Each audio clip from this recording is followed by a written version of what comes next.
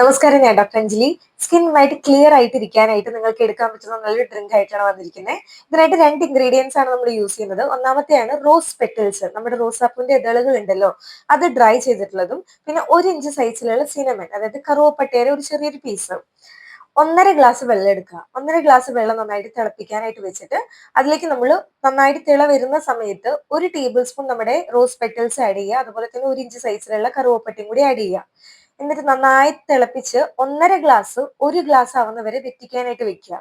എന്നിട്ട് കുറച്ചൊന്ന് മൂടി വെച്ചിട്ട് ഒരു ഇളം ചൂടാവുന്ന സമയത്ത് അരിച്ചിട്ട് ആ ഒരു വെള്ളം നിങ്ങൾ എന്നും രാവിലെ വെറും വയറ്റിൽ കഴിക്കാനായിട്ട് ശ്രദ്ധിക്കണം. അപ്പൊ നമ്മുടെ റോസ് പെറ്റൽസിന്റെ ഗുണങ്ങൾ നോക്കുകയാണെങ്കിൽ ഇതൊരു ആന്റി ഓക്സിഡന്റ് പ്രോപ്പർട്ടീസ് നന്നായിട്ട് അടങ്ങിയിട്ടുണ്ട്.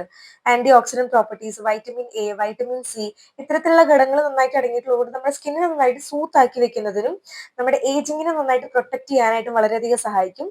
ഇനി സിനമൺ, നമ്മുടെ കറുവപ്പട്ടയുടെ കാര്യം എടുക്കുകയാണെങ്കിൽ ഇതിലൊരു ആന്റി ഇൻഫ്ലമേറ്ററി, ആന്റി ബാക്ടീരിയൽ ഇത്തരത്തിലുള്ള കണ്ടന്റും അടങ്ങിയിട്ടുണ്ട്.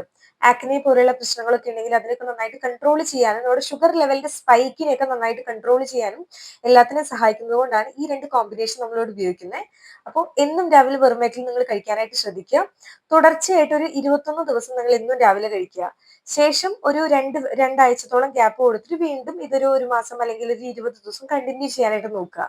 അപ്പോൾ എല്ലാവരും ട്രൈ ചെയ്യാനായിട്ട് ശ്രദ്ധിക്കണം. എല്ലാവരിലേക്കും ഇത് ഷെയർ ചെയ്ത് കൊടുക്കുക. So stay healthy.